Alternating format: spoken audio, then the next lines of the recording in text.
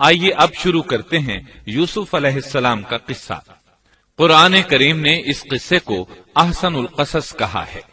اس کے بارے میں اللہ تعالی نے پوری ایک سورت یعنی سورہ یوسف نازل فرمائی۔ اس قصے میں دو عظیم نبیوں کا تذکرہ ہے، سیدنا یعقوب بن اسحاق علیہ السلام اور یوسف بن یعقوب علیہ السلام کا۔ اپنے بھائیوں کی وجہ سے یوسف علیہ السلام کن حالات کا شکار ہوئے، آپ اس کا تفصیل سے ذکر سنیں گے۔ سورہ یوسف مکی ہے اور یوسف علیہ السلام کا قصہ اگرچہ ابتلاء و آزمائش کی داستان ہے، لیکن اس میں اور بھی بہت سے فوائد ہیں۔ سننے والا اس سے لطف اندوز ہوتا ہے، اپنے اندر رحم اور انس کے جذبات محسوس کرتا ہے۔ اس قصے میں ان حالات کی طرف بھی اشارہ ہے جو انبیاء کے ساتھ پیش آتے ہیں۔ عام انبیاء کے حالات واقعات سے معلوم ہوتا ہے کہ پہلے وہ آسودہ حال تھے، لیکن جب انہوں نے دعوت دی تو ان کی قوم نے انہیں جھٹلایا، پھر آزمائش کا سلسلہ شروع ہوا، پھر ان کی قوموں پر عذاب آیا۔ اس قصے میں معاملہ اس کے بالکل برعکس ہے۔ اس میں شروع میں ابتلاء آزمائش کا دور ہے، پھر آسانی اور فراوانی کی داستان ہے۔ ایسا کیوں ہوا؟ علماء کے اس بارے میں مختلف اقوال ہیں۔ عطا رحمت اللہ علیہ فرماتے ہیں، غمزدہ پریشان حال اگر یوسف علیہ السلام کے قصے کو سنتا ہے تو اس کے دل کو سکون ملتا ہے، وہ مطمئن ہو جاتا ہے، اس لیے کہ اس میں تنگی کے بعد آسانی ہے، مشکلات کے بعد اللہ کی نعمتوں کا نزول اس سے ظاہر ہے۔ سورہ یوسف سورہ ہود کے بعد نازل ہوئی۔ سورہ ہود میں انبیاء کرام کے تذکرے کے بعد قوم ہود اور قوم صالح کی تباہی کا ذکر آتا ہے، پھر ان اقوام کا تذکرہ ہے جو تباہ و برباد ہوئی۔ پھر سورہ یوسف عام الحزن میں نازل ہوئی۔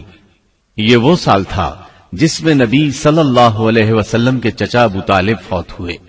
ابو طالب ہر طرح آپ کا ساتھ دیتے رہے تھے، یہاں تک کہ رسول اکرم صلی اللہ علیہ وسلم فرماتے ہیں، قریش نے مجھ سے صحیح معنوں میں دشمنی کا آغاز ابو طالب کی وفات کے بعد کیا۔ ایک قول کے مطابق ابو طالب کی وفات کے صرف 3 دن بعد آپ کی پیاری اور محبوب بیوی، جنت کی عورتوں کی سردار، دنیا جہان کی افضل ترین عورتوں میں سے ایک سیدہ خدیجۃ الکبریٰ رضی اللہ عنہا اس دنیا سے رخصت ہو گئیں۔ انا للہ و انا الیہ راجعون۔ یہاں تک کہ ابن عباس رضی اللہ عنہما فرماتے ہیں، رسول اللہ صلی اللہ علیہ وسلم نے 4 خط کھینچے، پھر صحابہ کرام کو مخاطب کر کے فرمایا، جانتے ہو یہ خط میں نے کیوں کھینچے ہیں؟ انہوں نے کہا، ہم نہیں جانتے۔ تو آپ صلی اللہ علیہ وسلم نے فرمایا، جنت کی افضل ترین عورتیں 4 ہیں، ایک مریم بنت عمران، دوسری خدیجہ بنت خویلد، تیسری فاطمہ بنت محمد اور چوتھی فرعون کی بیوی آسیہ بنت مزاحم رضی اللہ عنہن اجمعین۔ سیدہ خدیجہ رضی اللہ عنہا اور ابو طالب کی وفات کا آپ صلی اللہ علیہ وسلم کو بہت شدید صدمہ ہوا۔ تب آپ کی تسلی کے لیے اللہ تعالیٰ نے سورہ یوسف نازل فرمائی اور آپ کو یقین دلایا کہ تنگی کے بعد فراخی ہوتی ہے، اور اس صورت میں سبق آموز واقعات اور عبرتوں کا تذکرہ یکجا کر دیا گیا ہے، جبکہ دوسرے انبیاء کے قصے قرآن اور احادیث میں مختلف مقامات پر ہیں۔ یہ قصہ قرآن کریم میں ایک جگہ کیوں ذکر کیا گیا، اس میں کیا حکمت تھی، اور باقی قصے مختلف مقامات پر کیوں بکھرے ہوئے ہیں، اس بارے میں علامہ قرطبی رحمت اللہ علیہ فرماتے ہیں، اللہ تعالیٰ نے انبیاء علیہ السلام کے قصے تکرار کے ساتھ ذکر کیے ہیں، ایک ہی بات کو بلاغت و بیان کے اصول کے تحت مختلف پیرائے میں ذکر کیا ہے، جیسا کہ ابراہیم علیہ السلام کا قصہ ہے۔ جب اللہ کے برگزیدہ فرشتے ان کے پاس آئے تو ان کے آنے پر ابراہیم علیہ السلام نے جو مہمان نوازی کی اس کو مختلف انداز میں بیان کیا گیا ہے۔ ایک جگہ فرمایا، وہ بغیر کسی تاخیر کے بھنا ہوا بچڑا لے آئے۔ دوسری آیت میں فرمایا، پس ابراہیم فربا بچڑے کا گوشت لے آئے۔ ان دونوں جملوں کو جمع کرنے سے معلوم ہوا بھنا ہوا موٹا تازہ بچڑا پیش کیا گیا۔ مختلف جگہوں پر ان کا تذکرہ اس لیے کیا گیا کہ لوگ اس سے عبرت پکڑیں۔ علامہ قرطبی رحمت اللہ علیہ فرماتے ہیں، یوسف علیہ السلام کے قصے کو ایک جگہ اور باقی انبیاء کے قصوں کو علیحدہ بیان کرنے کی ایک حکمت یہ بھی ہے کہ مخالف پر حجت قائم ہو جائے کہ وہ نہ مکرر کلام لا سکتے ہیں اور نہ ہی قصہ یوسف علیہ السلام کی طرح اکٹھا کلام لا سکتے ہیں۔ مطلب یہ کہ بلاغت کی ہر قسم میں دشمن پر حجت قائم ہو سکے۔ اللہ تعالی کلام کو مکرر اور غیر مکرر لا کر قرآن کا اعجاز بیان کرنا چاہتے ہیں کہ اللہ چاہیں تو ایک قصے کو ایک ہی جگہ بیان کر دیں، چاہیں تو مختلف جگہوں پر بیان کر دیں۔ کوئی یہ نہ کہہ سکے کہ دیکھو قرآن میں یہ قصہ علیحدہ علیحدہ بیان ہوا ہے، میں اس کو ایک جگہ بیان کر سکتا ہوں، یا اس کے برعکس یہ نہ کہہ سکے کہ قرآن میں تو یہ قصہ ایک ہی جگہ بیان ہوا ہے، میں اس کو الگ الگ کر کے بیان کر سکتا ہوں۔ اب ہم اس قصے کا آغاز کرتے ہیں اور اسی طرح کرتے ہیں جس طرح اس کا آغاز اللہ رب العزت نے کیا ہے۔ شروع اللہ کے نام سے جو بڑا مہربان نہایت رحم والا ہے۔ الف لام را، یہ روشن کتاب کی آیتیں ہیں۔ یقیناً ہم نے اس کتاب کو عربی قرآن بنا کر نازل فرمایا ہے تاکہ تم سمجھ سکو۔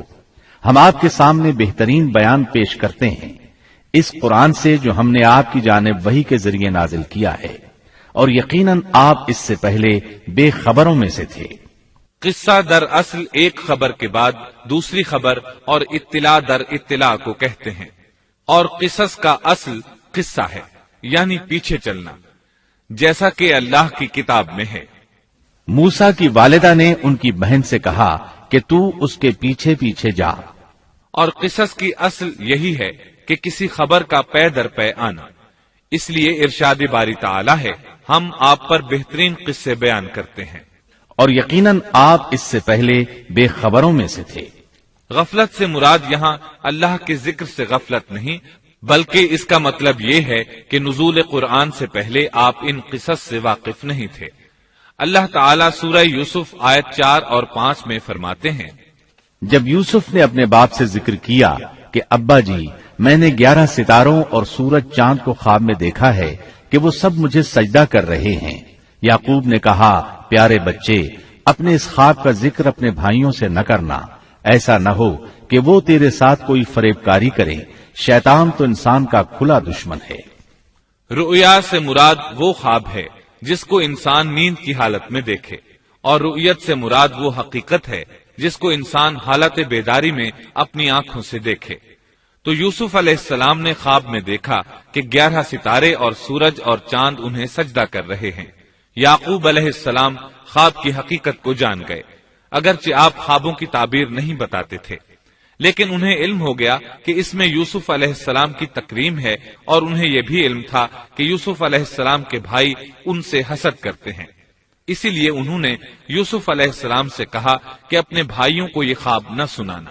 یوسف علیہ السلام کے 11 بھائی تھے، بنیامین ان کے سگے بھائی تھے، باقی 6 ایک ماں سے اور 4 2 لونڈیوں سے تھے۔ حقیقی بھائی ان سے حسد نہیں کرتا تھا، وہ عمر میں ان سے چھوٹا تھا، باقی سب ان سے حسد کرتے تھے، اور اس حسد کی وجہ یہ تھی کہ یعقوب علیہ السلام ان سے والہانہ محبت کرتے تھے۔ اسی طرح بنیامین سے بھی انہیں بہت لگاؤ تھا، مطلب یہ کہ ان دونوں سے انہیں زیادہ محبت تھی، اور محبت میں کمی بیشی کوئی بری چیز نہیں، البتہ نبی کریم صلی اللہ علیہ وسلم نے فرمایا، ان میں عدل سے ضرور کام لیں۔ غرض یعقوب علیہ السلام کو ان دونوں سے زیادہ محبت تھی، ان کا دل ان کی طرف زیادہ مائل تھا، یہاں تک کہ لمحہ بھر بھی انہیں نظروں سے اوجھل نہیں کرتے تھے۔ یوسف علیہ السلام کے بھائی جب کھیل کے لیے نکلتے تو یعقوب علیہ السلام فرماتے، یوسف کو یہیں چھوڑ دو، گویا ہر وقت ان کا پہرا دیتے تھے۔ اللہ تعالیٰ سورہ یوسف آیت 6 میں فرماتے ہیں، اور اسی طرح تجھے تیرا پروردگار برگزیدہ کرے گا، اور تجھے معاملہ فہمی یعنی خوابوں کی تعبیر بھی سکھائے گا، اور اپنی نعمت تجھے بھرپور عطا فرمائے گا، اور یعقوب کے گھر والوں کو بھی، جیسے کہ اس نے اس سے پہلے تیرے دادا اور پردادا یعنی ابراہیم و اسحاق کو بھی بھرپور اپنی نعمت دی۔ یقیناً تیرا رب بہت بڑے علم والا اور زبردست حکمت والا ہے۔ یعنی آپ کو منتخب کر لیا اور تمام بھائیوں سے آپ کو چن لیا، اور یعقوب علیہ السلام کے سارے بیٹوں سے آپ کا انتخاب کیا، اور اس دور کے لوگوں میں سے آپ کو نبوت دینے کا ارادہ کیا۔ مزید یہ کہ وہ لوگوں کو خوابوں کی تعبیر بھی بتاتے تھے، اور آیت میں جس نعمت کا ذکر ہے اس سے مراد نبوت کی نعمت ہے، اور یہ قصہ اللہ تعالیٰ نے نصیحت کے لیے ذکر کیا ہے۔ اللہ تعالیٰ سورہ یوسف آیت 7 اور 8 میں فرماتے ہیں، یقیناً یوسف اور اس کے بھائیوں میں دریافت کرنے والوں کے لیے بڑی بڑی نشانیاں ہیں، جبکہ انہوں نے کہا کہ یوسف اور اس کا بھائی بنسبت ہمارے باپ کو بہت زیادہ پیارا ہے، حالانکہ ہم طاقتور جماعت ہیں، کوئی شک نہیں کہ ہمارے ابا سری غلطی میں ہیں۔ کہا جاتا ہے کہ یہودیوں نے نبی کریم صلی اللہ علیہ وسلم سے یوسف علیہ السلام کے قصے کے متعلق سوال کیا تو یہ مکمل صورت انہیں قصہ سنانے کے لیے نازل ہوئی، جبکہ بنی اسرائیل کو یہ مکمل قصہ معلوم نہ تھا، اور جو معلوم تھا وہ بھی تحریف شدہ تھا۔ قرآن ان کی اس تحریف کو واضح کرنے کے لیے بھی نازل ہوا، اور جو بھی بنی اسرائیل کا شخص یا کوئی اور اس کے متعلق پوچھے گا اس کے لیے عبرتیں اور نصیحتیں ہیں۔ یوسف کے بھائیوں نے کہا کہ ہمارا باپ یوسف اور اس کے بھائی سے زیادہ محبت کیوں کرتا ہے، جبکہ ہم ایک جماعت ہیں۔ اپنے باپ کے اس عمل پر اعتراض کیا، اور یقیناً یہ ایک بہت برا گمان تھا۔ ضلال کا معنی گمراہی ہوتا ہے، لیکن کبھی خطا پر بھی بولا جاتا ہے، اور انہوں نے باہمی مشورہ کیا اور سوچ بچار کے بعد یوسف علیہ السلام کے قتل کی تجویز طے ہوئی۔ اللہ تعالیٰ آیت 9 میں فرماتے ہیں، یوسف کو تو مار ہی ڈالو یا اسے کسی نامعلوم جگہ پھینک دو کہ تمہارے والد کا رخ صرف تمہاری طرف ہی ہو جائے، اس کے بعد تم نیک ہو جانا۔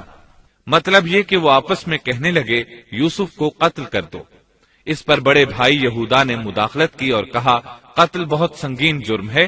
اس پر وہ بولے تب پھر اسے کہیں غائب کر دو تاکہ باپ کی توجہ تمہاری طرف ہو جائے اور یوسف والی رکاوٹ ختم ہو جائے۔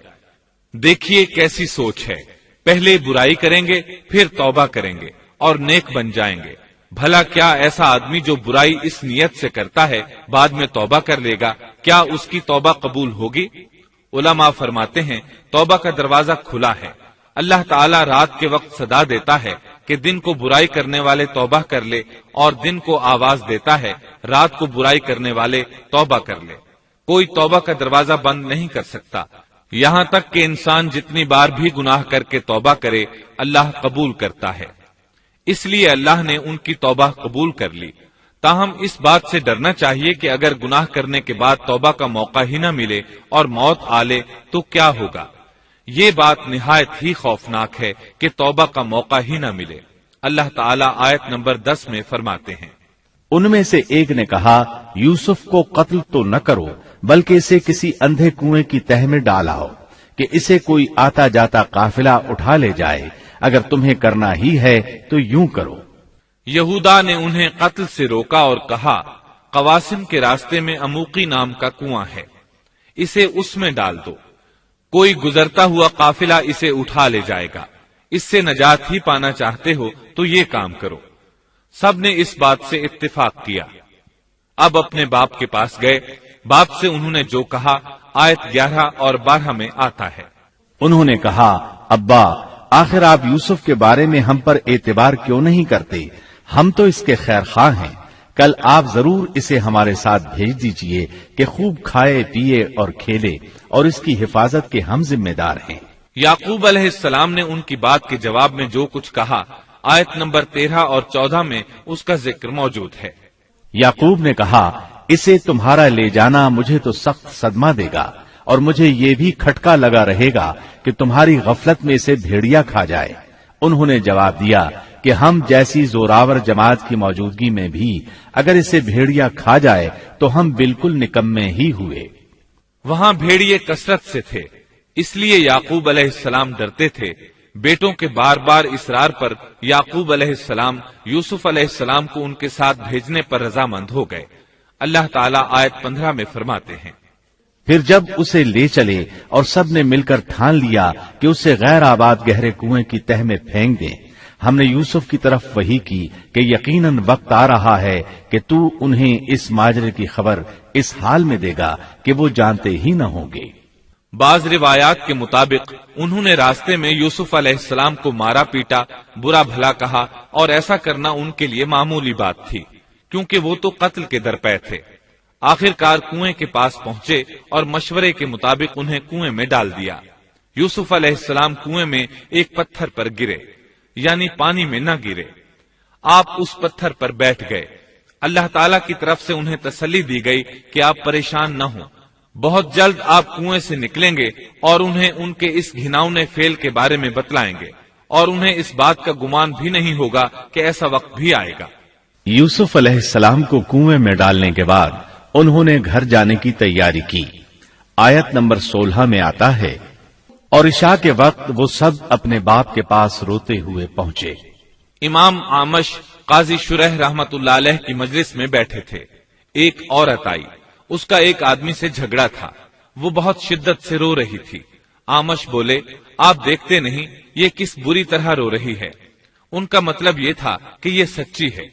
قاضی شرح فرمانے لگے، یوسف علیہ السلام کے بھائی رات کو روتے ہوئے اپنے باپ کے پاس آئے تھے، پس فیصلہ رونے پر نہیں انصاف پر ہونا چاہیے۔ اب یوسف علیہ السلام کے بھائیوں نے باپ کو تفصیل سنائی۔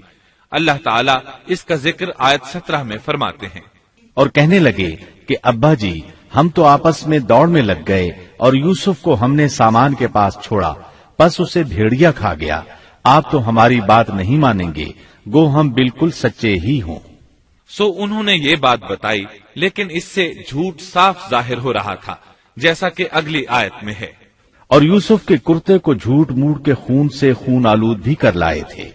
ابن عباس رضی اللہ عنہما فرماتے ہیں کہ انہوں نے بکری ذبح کی اور یوسف علیہ السلام کی قمیص پر اس کا خون مل لیا، اور خون میں لت پت قمیص یعقوب علیہ السلام کے پاس لے آئے۔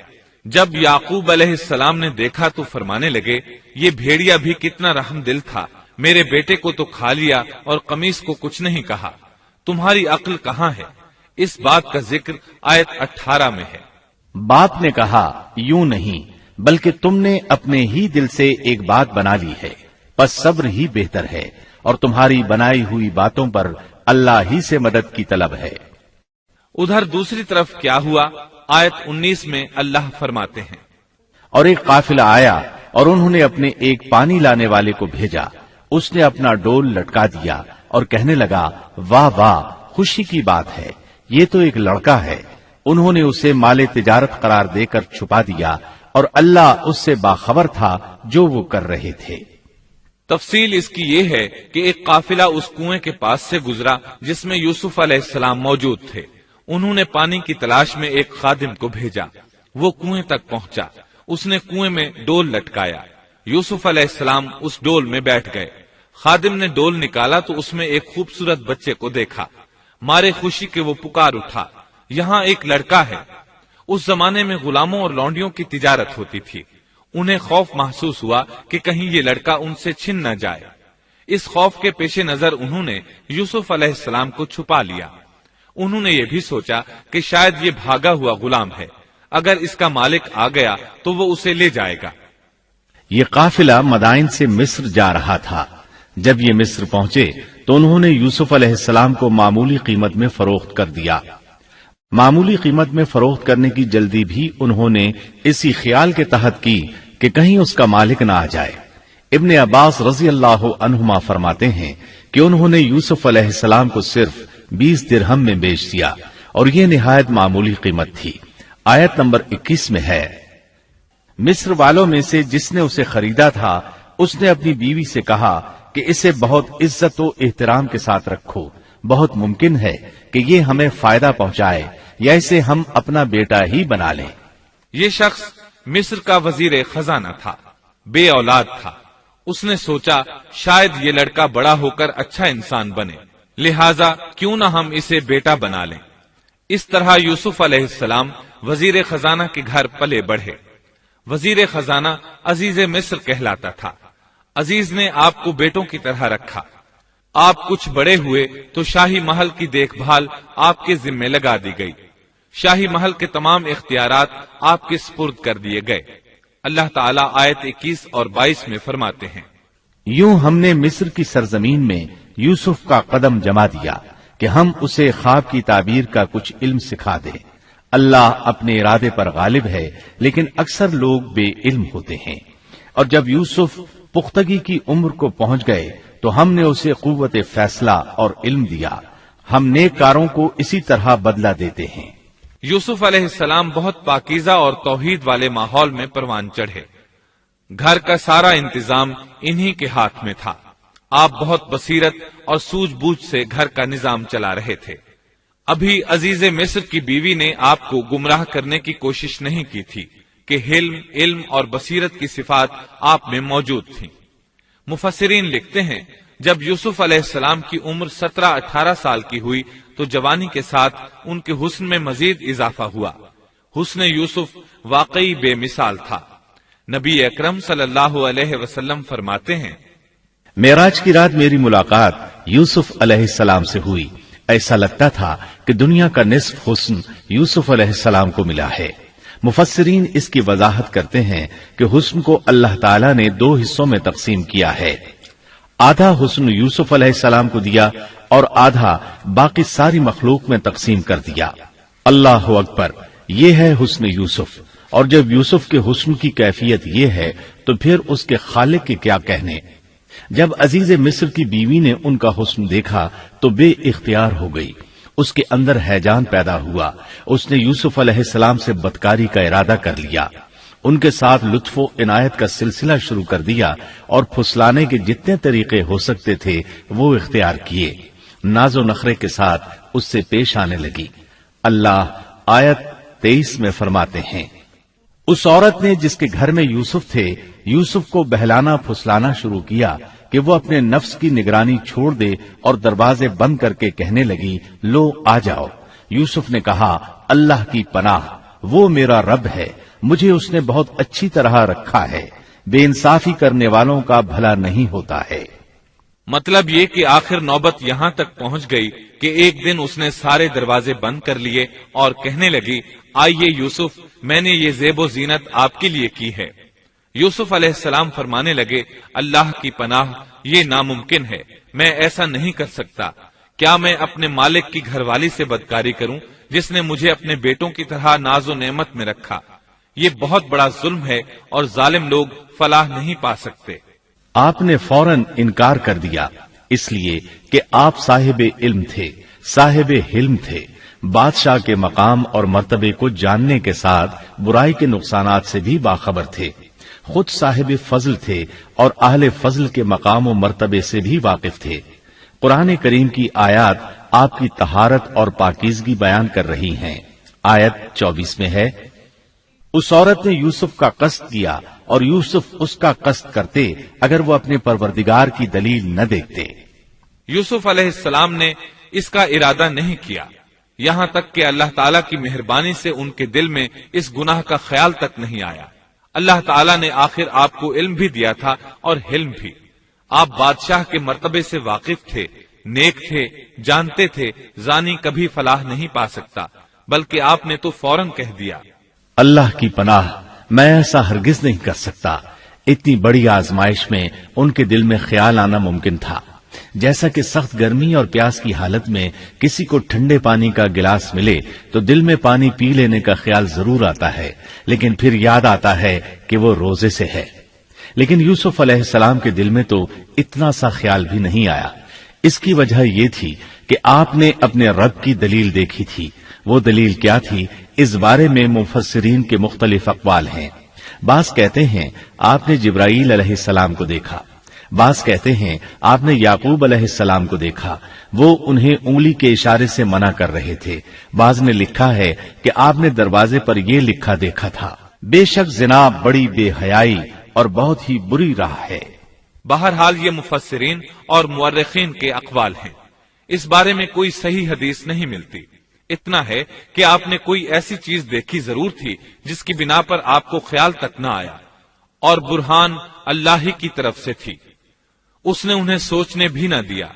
اللہ آیت نمبر 24 میں فرماتے ہیں اس طرح ہم نے انہیں اس برائی اور بے حیائی سے بچا لیا کیونکہ وہ ہمارے مخلص بندوں میں سے تھے. اللہ نے آپ کو صرف زنا سے نہیں برائی سے بھی بچا لیا. یہ اس بات کی دلیل ہے کہ آپ نے ارادہ تک نہیں کیا. پھر اسی آیت میں اللہ نے آپ کو اپنا برگزیدہ بندہ فرمایا اور یہ ممکن ہی نہیں کہ کوئی انسان اللہ کے برگزیدہ بندوں میں سے بھی ہو اور پھر کفر بھی کرے، ہرگز ممکن نہیں۔ انبیاء ایسی باتوں سے پاک رہتے ہیں۔ عزیز مصر کی بیوی نے اصرار کیا، آپ کو مجبور کیا اور لگی چمٹنے تو یوسف علیہ السلام وہاں سے بھاگے۔ عزیز کی بیوی آپ کے پیچھے بھاگی۔ اللہ تعالیٰ نے آیت 25 میں اس واقعے کو یوں بیان فرمایا ہے، اور دونوں دروازے کی طرف دوڑے، اور اس عورت نے یوسف کا کرتا پیچھے کی طرف سے کھینچ کر پھاڑ ڈالا، اور دروازے کے پاس ہی عورت کا شوہر دونوں کو مل گیا، تو کہنے لگی، جو شخص تیری بیوی کے ساتھ برا ارادہ کرے بس اس کی سزا یہی ہے کہ اسے قید کر دیا جائے یا اور کوئی دردناک سزا دی جائے۔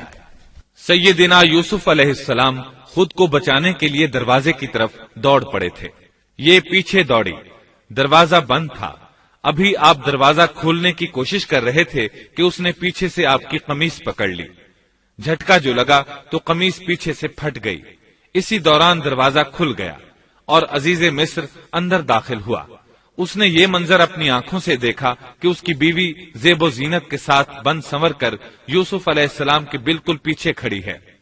اسی وقت اس نے خود کو الزام سے بچانے کے لیے کہہ دیا، جو تیری بیوی کے ساتھ برائی کا ارادہ رکھتا ہے اس کا کیا بدلہ ہے؟ پھر خود ہی کہنے لگی، اسے قید خانے میں بند کر دینا چاہیے۔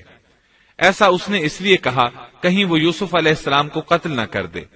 ادھر یوسف علیہ السلام نے بھی فوراً اپنا دفاع کیا اور کہا، میں مجرم نہیں بلکہ یہ ساری کارستانی اس کی اپنی ہے۔ آیت 26 اور 27 میں ہے۔ یوسف نے کہا، یہ عورت ہی مجھے پھسلا رہی تھی، اور عورت کے قبیلے ہی کے ایک شخص نے گواہی دی کہ اگر اس کا کرتا آگے سے پھٹا ہوا ہو تو عورت سچی ہے اور یوسف جھوٹ بولنے والوں میں سے ہے، اور اگر اس کا کرتا پیچھے کی جانب سے پھٹا ہوا ہو تو عورت جھوٹی ہے اور یوسف سچوں میں سے ہے۔ یہ گواہ کون تھا؟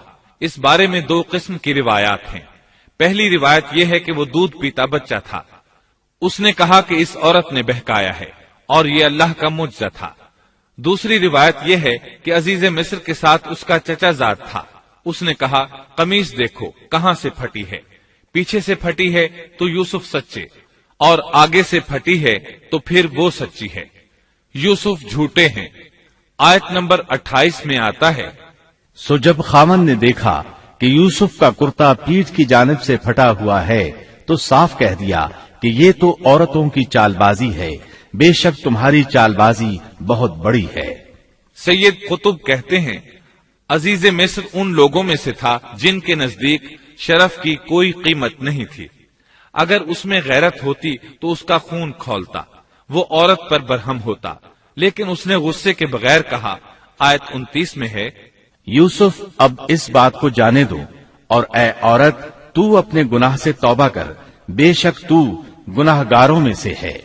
اس کے علاوہ اس نے کوئی اور بات نہ کی، یہاں تک کہ یوسف علیہ السلام کو گھر ہی میں رہنے دیا، جدا بھی نہ کیا۔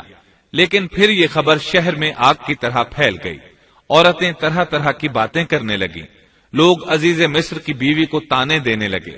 آیت 30 میں ہے، اور شہر کی عورتوں میں چرچا ہونے لگا کہ عزیز مصر کی بیوی اپنے جوان غلام کو اپنا مطلب نکالنے کے لیے بہلانے پھسلانے میں لگی رہتی ہے، اس کے دل میں یوسف کی محبت بیٹھ گئی ہے، ہمارے خیال میں تو وہ سری گمراہی میں ہے۔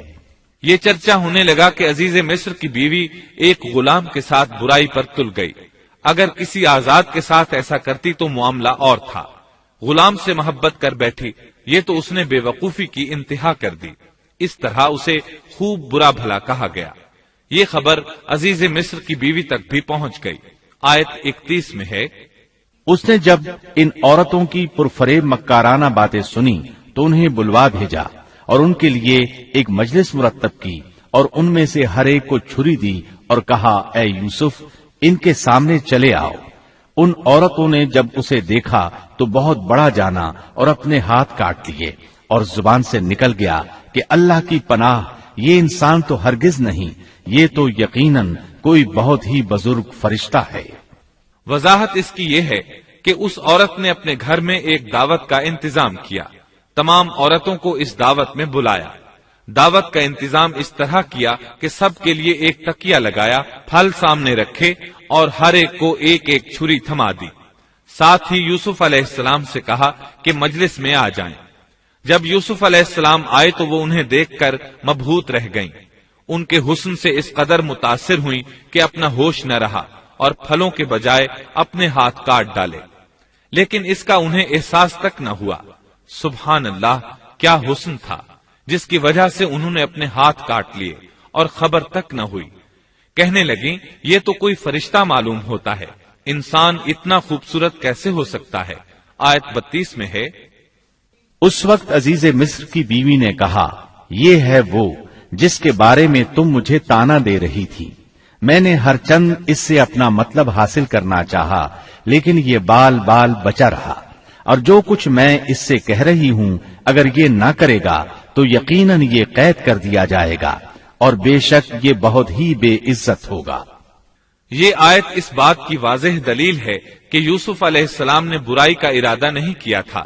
پھر بات یہیں پر ختم نہیں ہو گئی، بلکہ تمام عورتیں یوسف علیہ السلام پر ٹوٹ پڑیں۔ ان میں سے ہر ایک کی خواہش تھی کہ یوسف علیہ السلام اس سے محبت کریں اور بے حیائی کا ارتکاب کریں۔ اپنی عزت اور شرف کو انہوں نے خاک میں ملا دیا۔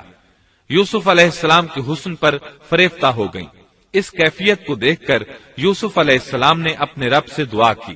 آیت 33 اور 34 میں آتا ہے، یوسف نے دعا کی کہ اے میرے پروردگار، جس بات کی طرف یہ عورتیں مجھے بلا رہی ہیں اس سے تو مجھے جیل خانہ بہت پسند ہے۔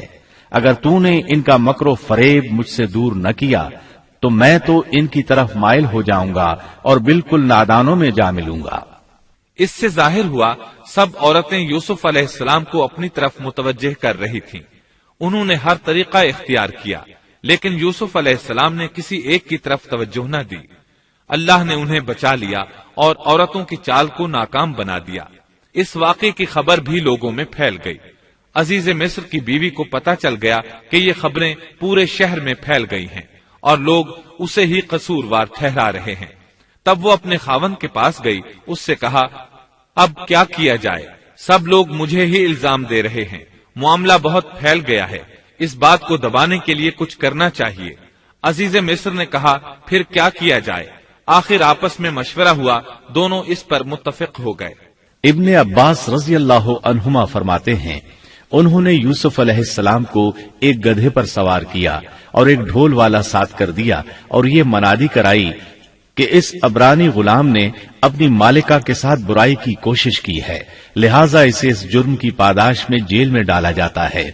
گویا انہوں نے اپنے پر سے الزام ختم کرنے کا یہ منصوبہ سوچا۔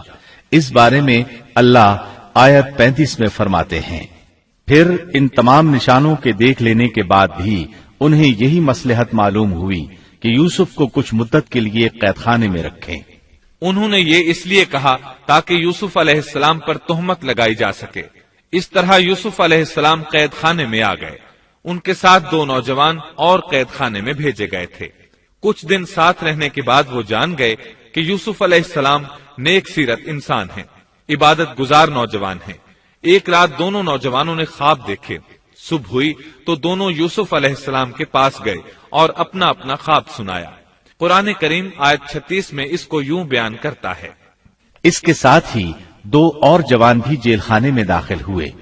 ان میں سے ایک نے کہا کہ میں نے خواب میں اپنے آپ کو شراب میں چوڑتے دیکھا ہے، اور دوسرے نے کہا میں نے اپنے آپ کو دیکھا ہے کہ میں اپنے سر پر روٹی اٹھائے ہوئے ہوں جسے پرندے کھا رہے ہیں۔ ہمیں آپ اس کی تعبیر بتائیے، ہمیں تو آپ خوبیوں والے شخص دکھائی دیتے ہیں۔ قید خانے کے قیدی بھی جان چکے تھے کہ یوسف علیہ السلام نیک ہیں۔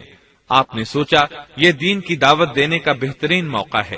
انہوں نے جو کچھ ان سے کہا وہ آیت نمبر 37 اور 38 میں اس طرح آیا ہے، یوسف نے کہا تمہیں جو کھانا دیا جاتا ہے اس کے تمہارے پاس پہنچنے سے پہلے ہی میں تمہیں اس کی تعبیر بتلا دوں گا۔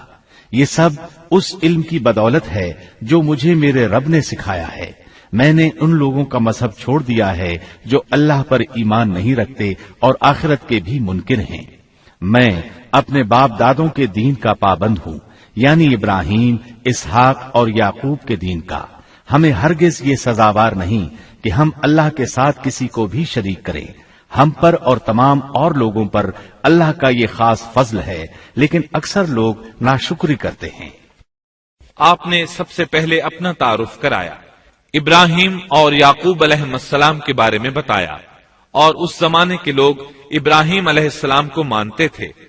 ابراہیم علیہ السلام معروف تھے، جانے پہچانے تھے.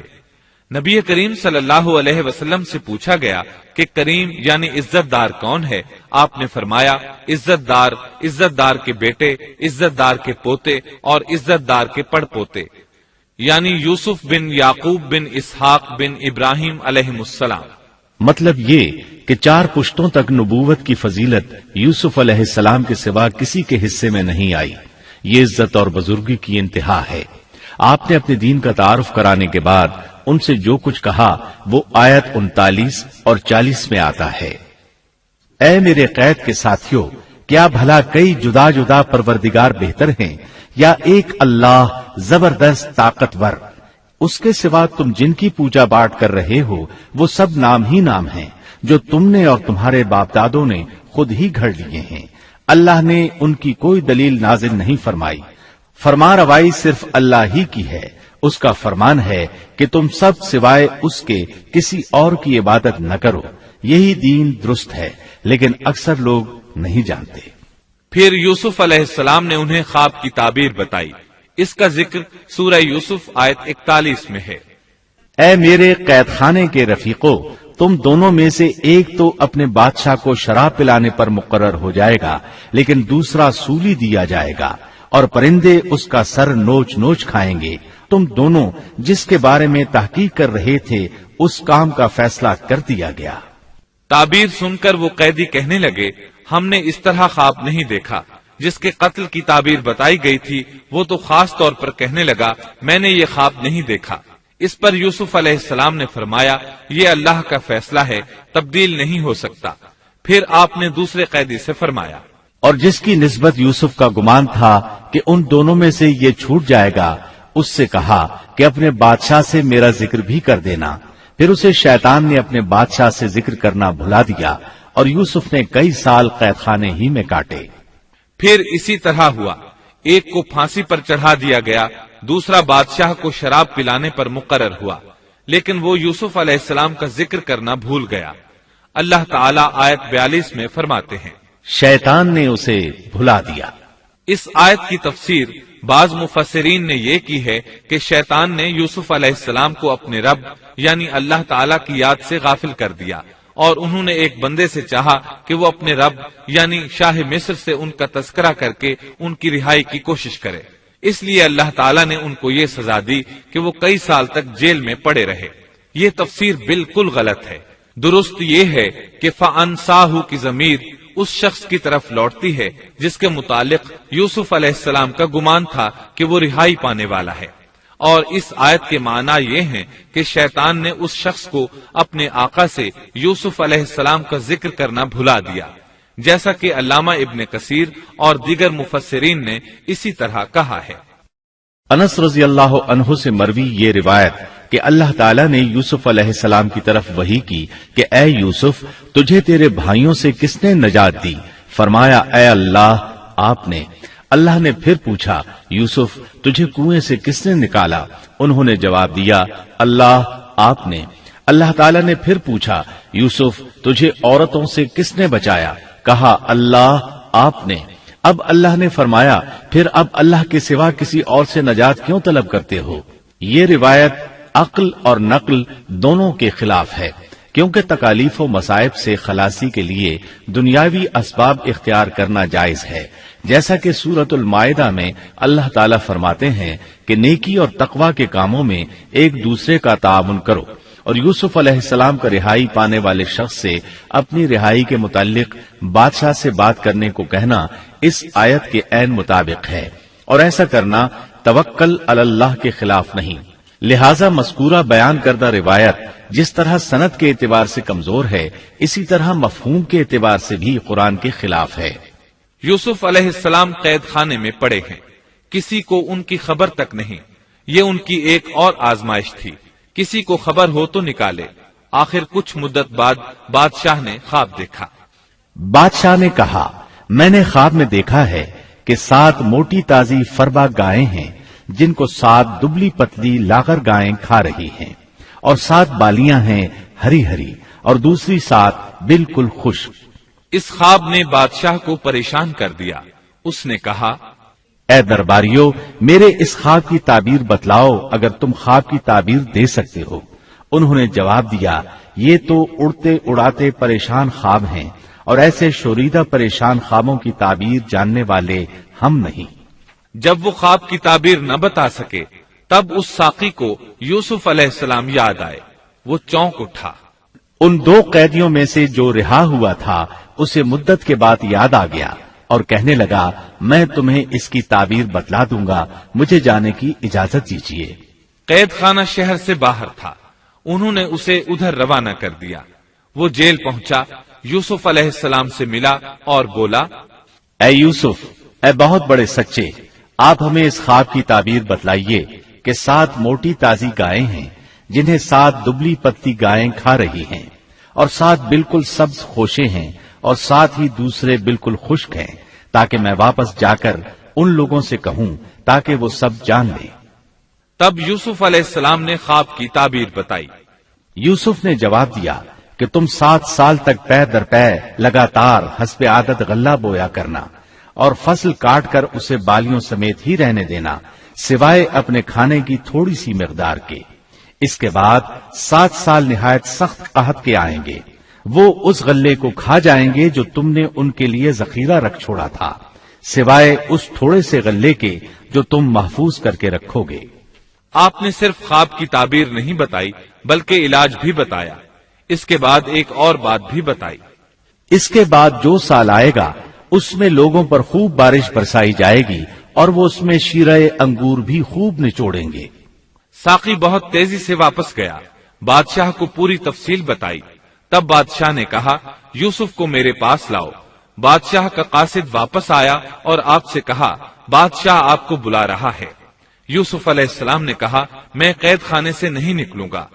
نبی کریم صلی اللہ علیہ وسلم فرماتے ہیں، اللہ یوسف علیہ السلام پر رحم فرمائے، انہوں نے کس حد تک صبر کیا۔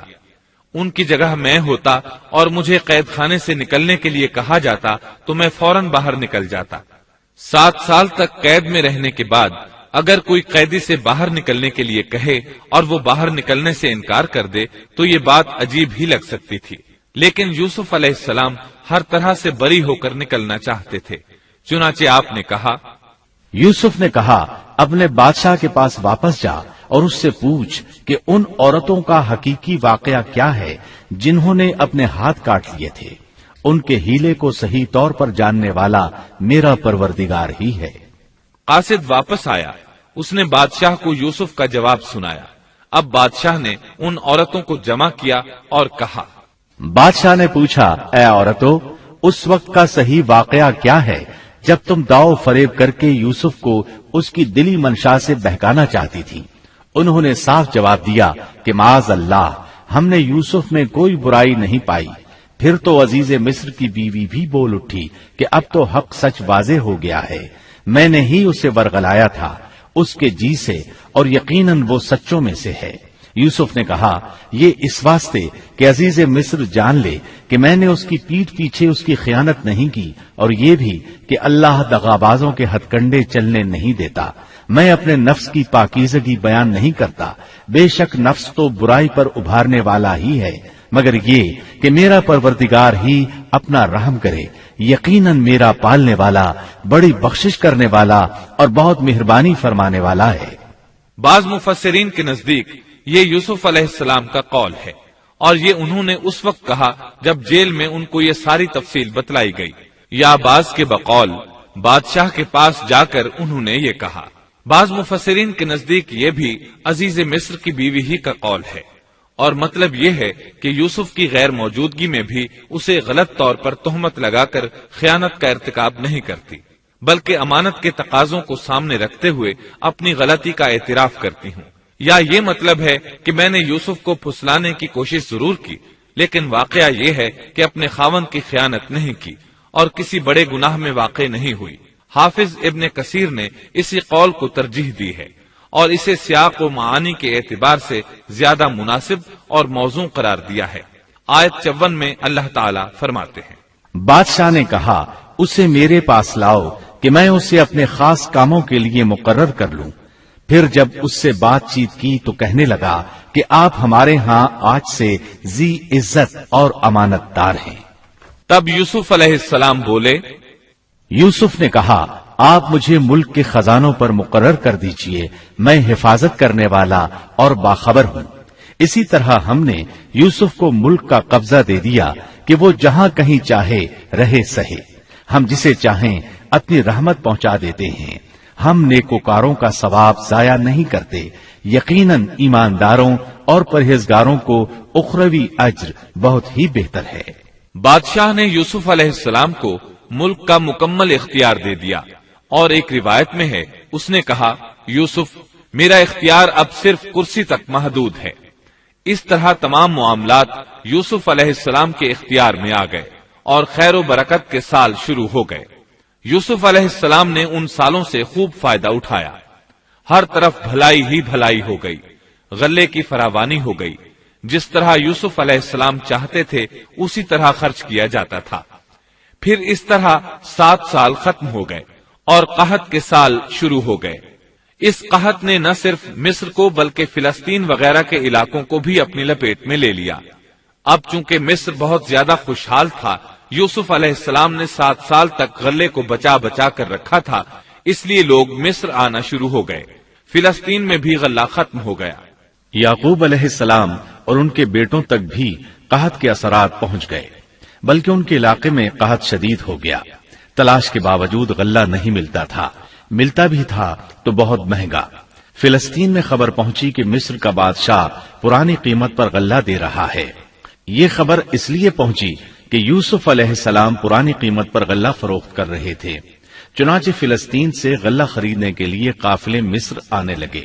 یوسف علیہ السلام پرانی قیمت پر غلہ ضرور دیتے، لیکن ایک آدمی کو صرف اتنا دیتے جتنا ایک اونٹ اٹھا سکتا، اس سے زیادہ نہ دیتے، تاکہ تاجر لوگ مال سٹاک کر کے مہنگا نہ بیچیں۔ اس لیے جو غلہ خریدتا تھا اس کے لیے ضروری تھا کہ اپنے گھر والوں کو ساتھ لائے۔ یوسف علیہ السلام ہر ایک سے پوچھتے، تمہارے گھر کے کتنے افراد ہیں، انہیں ساتھ لے کر آؤ، اور اس طرح یوسف علیہ السلام کے بھائیوں نے بھی مصر جانے کا ارادہ کر لیا۔ قرآن مجید میں اس کا تذکرہ یوں آیا ہے، یوسف کے بھائی آئے اور یوسف کے پاس گئے تو اس نے انہیں پہچان لیا اور انہوں نے اسے نہ پہچانا۔ یوسف علیہ السلام نے گندم دینے سے پہلے پوچھا، تم کون ہو، کہاں سے آئے ہو، تم جاسوس لگتے ہو۔ وہ قسمیں کھانے لگے۔ آپ نے پوچھا، تمہارا باپ کون ہے، تم کتنے بھائی ہو، کیا تمہارا کوئی اور بھائی بھی ہے، تمہارا کوئی بھائی فوت تو نہیں ہو گیا؟ اس طرح آپ نے ان سے مکمل تفصیل پوچھی، انہوں نے اپنے بارے میں بتا دیا۔ آپ نے ان سے کہا، اور جب اس نے ان کے لیے سامان تیار کر دیا تو کہا کہ تم میرے پاس اپنے اس بھائی کو بھی لانا جو تمہارے باپ کی طرف سے ہے۔ کیا تم نے نہیں دیکھا کہ میں پورا ناپ کر دیتا ہوں اور میں ہوں بھی بہترین مہمانی کرنے والوں میں؟ آپ نے ان سے یہ بھی کہا، پس اگر تم اسے میرے پاس لے کر نہ آئے تو میری طرف سے تمہیں کوئی ناپ بھی نہ ملے گا، بلکہ تم میرے قریب بھی نہ پھٹکنا۔ انہوں نے کہا، اچھا، ہم اس کے والد سے تذکرہ کریں گے اور پوری کوشش کریں گے۔ پھر یوسف علیہ السلام نے اپنے غلاموں سے کہا اور اپنے خدمتگاروں سے کہا کہ ان کی پونجی انہی کی بوریوں میں رکھ دو کہ جب لوٹ کر اپنے اہل و عیال میں جائیں اور پونجیوں کو پہچان لیں تو بہت ممکن ہے کہ یہ پھر لوٹ آئیں۔ دراصل یوسف علیہ السلام چاہتے تھے کسی طرح وہ دوبارہ آئیں۔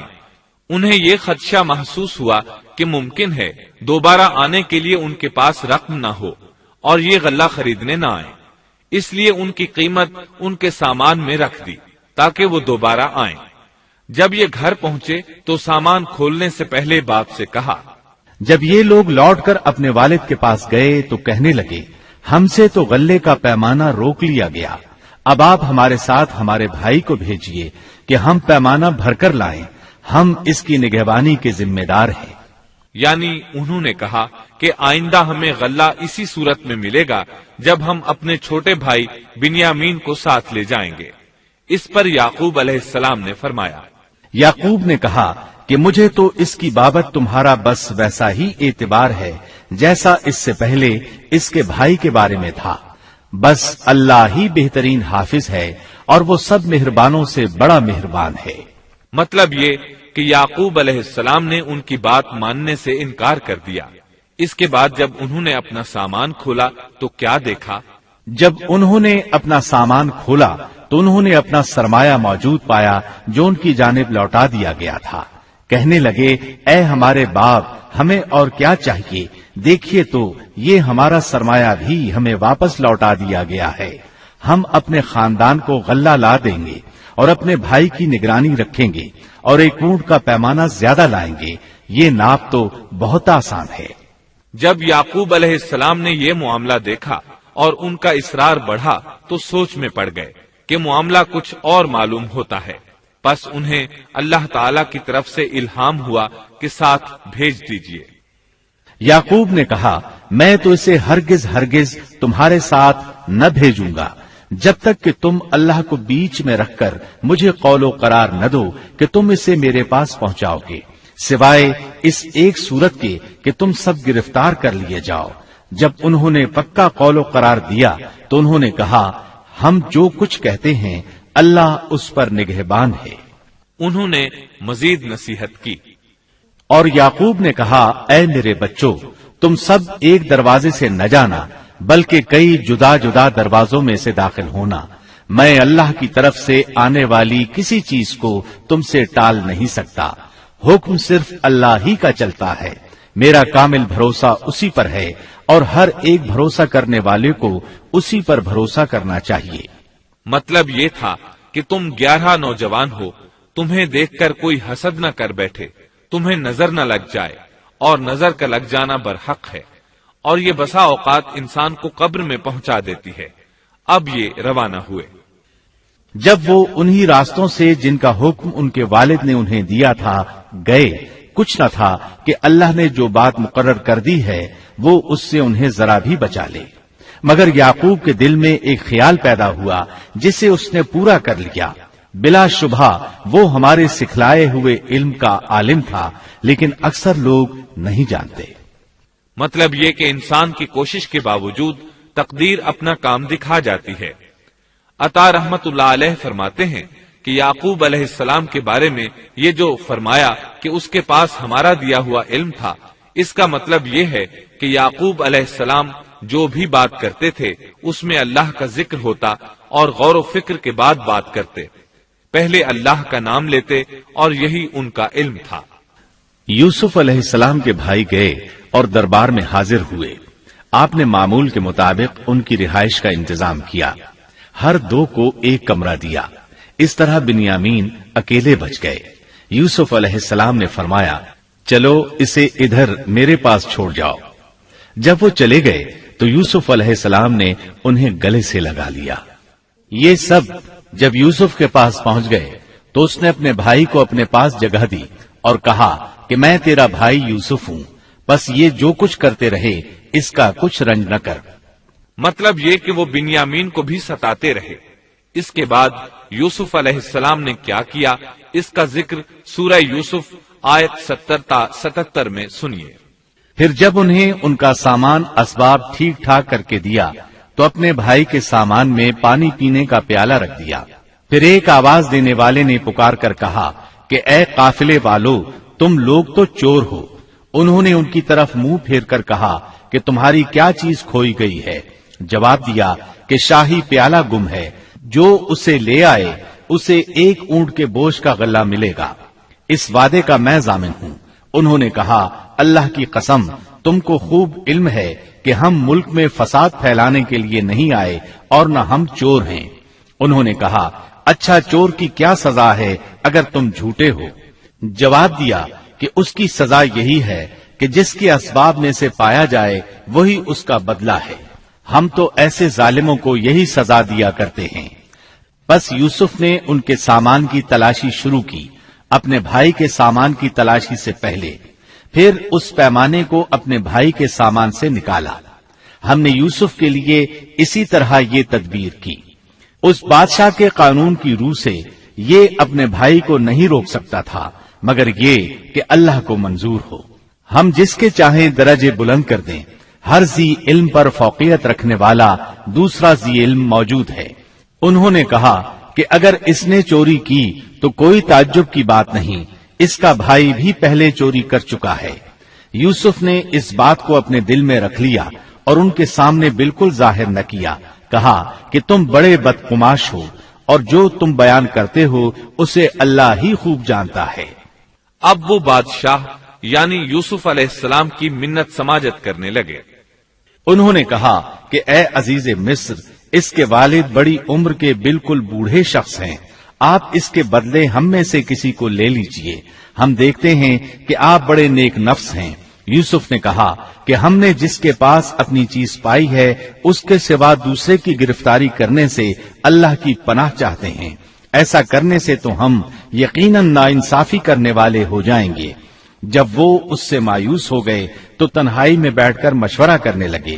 ان میں جو سب سے بڑا تھا اس نے کہا، تمہیں معلوم نہیں کہ تمہارے والد نے تم سے اللہ کی قسم لے کر پختہ قول قرار لیا ہے اور اس سے پہلے یوسف کے بارے میں تم کوتاہی کر چکے ہو، پس میں تو اس سرزمین سے نہ ٹلوں گا جب تک کہ والد صاحب خود مجھے اجازت نہ دیں یا اللہ میرے اس معاملے کا فیصلہ کر دے، وہی بہترین فیصلہ کرنے والا ہے۔